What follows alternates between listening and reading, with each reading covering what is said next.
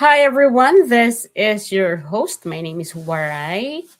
As you can see in my background, I am Waray Waray OFW talk show from this channel, and I am the CEO of Waray Waray OFW talk show. Next week, we will be having guests in this channel, and I could share to you now their thumbnail. So first, we will hear a successful story from this special guests. Ayun. Of course, hindi po pahuhuli ang kanyang sister rakas o siblings. So, meron po tayong another guest. Tingnan natin. Ay ang retired OFW. Andyan po. Hindi ko muna pangangalanan pero alam kong kilala yan ng aking mga friend list dito sa Facebook na nandito sa Spain. Another successful story na ibabahagi sa atin ng isang successful restaurant owner na si Miss Jocelyn Bayangat Natividad. I already interviewed her like few years ago, and she had shared to us her success as a businesswoman, and now more success kasi gusto natin ulit siyang makapanayam para ibigay sa atin ang mga tips kung paano nga magtagumpay sa negosyo dito sa Espanya. And of course, to those previous na i-flash ko sa inyo ng mga special guest natin, siyempre retired na sila pero talaga namang mabubusog ang ating puso sa kanilang mga ibibigay sa atin na naging aral sa buhay bilang abroad at ang kanilang successful story. And aside from that, guys, kung bakit ako nabibisi sa mga nagchat-chat sa akin, bakit hindi na ako nag-active sa aking YouTube channel, yun po ay sabi ko nga sa inyo yung mga kilala ako na nagkaroon ako ng hands-on time doon sa aking alagang matandaan. Now, she's gone. She passed away magto 2 months na. Magti 3 months na actually sa next month. So, ang ginawa ko kasi is talagang after that, matagal ako naka-move on kaya parang wala akong gana mag-YouTube. Pero little by little, ayan, natatanggap ko na dahil wala na talaga siya. Pero nandito pa yung kanyang ash. So, unti-unti ko na siyang natatanggap kaya muli akong babalik sa aking YouTube channel. And another extra na ginagawa ko outside the camera na hindi nyo alam dahil outside the camera nga ay aside sa trabaho ko na pagiging OFW, ay nagkaroon din ako ng mga tutorial. So bumalik po yung aking tutorial classes sa English na ginagawa ko to before pandemic. Now, nagpapasalamat ako sa Panginoon that He gave me back this kind of extra job. Kasi ito talaga nag-i-enjoy ako kasi ito talaga yung aking piniling kurso noon nang nag-aaral pa ako. Dahil matyaga ako sa mga ganitong klasing pagtuturo. At naalala ko pa way back my college days, nung namimili na kami ng mga majoring. Actually, wala akong major kasi elementary ako. Pero ang focus ko talaga itong mga batang malilinggit na gusto ko patunayan sa sarili ko na yung bata natuto sa akin, nag-umpisa sa akin matuto, and that is an accomplishment. So, tingnan nyo ito. Noon, nag-upload ako ng video na hirap pa siya magbasa, pero this time, isi-share ko sa inyo kung paano na magbasa ang batang tinuruan ko in just 2 months. Pakita ko sa inyo ha. Share ko sa inyo. Pero siyempre walang mukha dahil bawal. Eto po. Ladies and gentlemen, let's watch this. Ayan.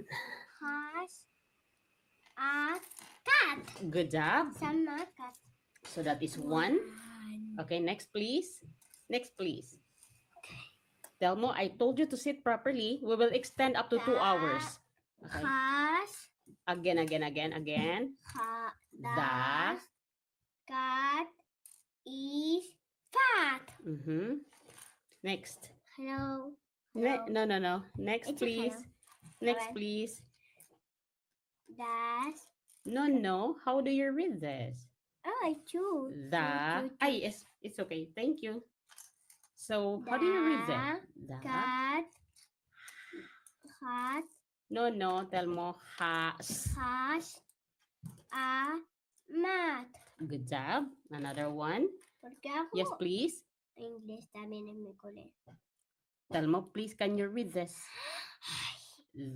That. No, please remember the. Has. Mat. Is. Hat. Oo. Oy, ¿cómo que hat? Mira, let's sing. A, B. What letter is this? B. Again? A, B. What is Big. it? Okay. What is big? Big. Grande. Good job. So how many you have? 4. Okay, next please. 1, 2, 3, 4, 5, 6, 7, 8, 9, 10. Right here. Pat.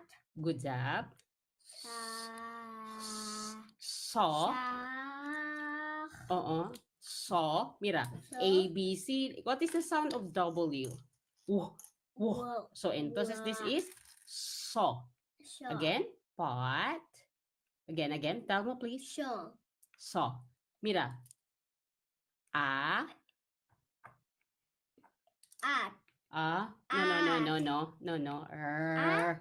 Rat. Again, two solo. Pat. Sa. Saw. So. A. Rat. Good job. Next, please. Ay, sumabit ako poner. So we have 5 more. Okay. Next, please. Acuérdate. That. Again, no. No te ayudo, eh. A. The. Rat. Hat. No. Has. Good job. At. Has. Hat. Hat. It's 6. Next, please. That. Again. Tell mo, please. The. Rat. Sat. On. That. Again, this one you always forgot this. That. No. Este Okay. is continuar. Mat. Pa-continuar. Again. Mat. Once more, please. Once more. That. No. Tell mo. The. Rat. Sat. On. That. Again. This one. Mat. Good job. So, 1, 2, 3, 4, 5, 6, 7. So, how many more to become, to have 10? No. How many? 3. Okay, this one is 4, 5, 6. Okay. Do it. No, we are done with that. That's why. Okay. All right. What is that? Yan, nakakatuwa kasi he started with me na hindi pa talaga siya proper na nagbabasa, and now in just 2 months, nakapagbasa na siya ng sentence. Nung nag-start kami, nag-aral kami ng phonetic sound, and then nag-start kami ng CVC. What is CVC? Consonant, vowel, consonant. And then now, nag-phrases kami, and then this time, just today, 15 of April, nag-try kami mag-sentence, at ayun na nga ang kanyang accomplishment sa kanyang reading skill. Kaya natutuwa yung magulang at kinongratulate nila ako kanina. O di ba, nakaka-proud na tayo mga Pilipino, hindi lang tayo hanggang pagkudkod ng Onidoro. If we have more talent, i-share natin yan sa manangangailangan. Like this one, I'm so lucky na nirecommend ako ng ating kabayan na magturo dito sa mga Spanish children na ito. At sa akin siya natuto. So habang buhay niya yan maaalala na I learned from a Filipina sa kanyang pagbabasa. So I'm proud. At syempre, gusto ko magpasalamat sa tiwala din ng mga puti, ang mga magulang nito na mga pure Spanish. At kinausap nila ako kanina mag-asawa, and they're so happy. Sabi niya, congratulations. You did a good job to our children. Kasi yung tinuturuan ko ay may high school at may primary. At yung high school, syempre ibang level yon. Kailangan puspusan yung aral doon kasi syempre highest na yung kanyang level of learning. Dapat sabayan mo yon o lamangan pa kung kinakailangan dahil teacher ka dito, student mo siya. Sa pagtsatsaga ko, so now, a lot of improvement sa mga bata. Kaya I'm happy na meron tayong naibahagi na iba pang talento aside sa pagiging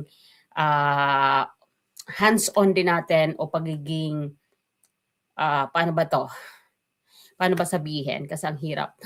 Yung talagang very dedicated tayo sa ating mga trabaho. Hindi ko in-expect na magkakaroon ako ng ganito. Sabi ko nga, before pandemic, nagklase na ako and then I miss those days. Kaya natutuwa ako na naibalik muli siya ngayon. So kaya ayon yung aking mga business days. Na-appreciate ko yung sarili ko kapag yung bata natuto talaga sa akin. Kasi syempre, yung high school na tinuturuan ko, hindi ko na-appreciate doon yung sarili ko kasi nga bago ko siya i-handle, may mga kaalaman na siya dahil nga high school na siya. Pero kung sa'yo nag-umpisa magbasa, ang sarap namnamin na sa'yo natuto. So yun po, sa mga nag-tutor dito sa Europe, though mahirap kasi nga, bakit mahirap? Doon ako nahihirapan sa accent. Kasi ang ginagamit nilang accent, syempre yung dito, yung sa British, ang kanilang natututunan na accent. Tayo naman, ano bang accent meron tayo? Diba? Iba-iba. Merong mga American, meron din sa atin lang talaga na accent, Filipino accent. Meron din yung sabi nga ni yung si Lovely na cassette tape. We used to listen to cassette tape, di ba?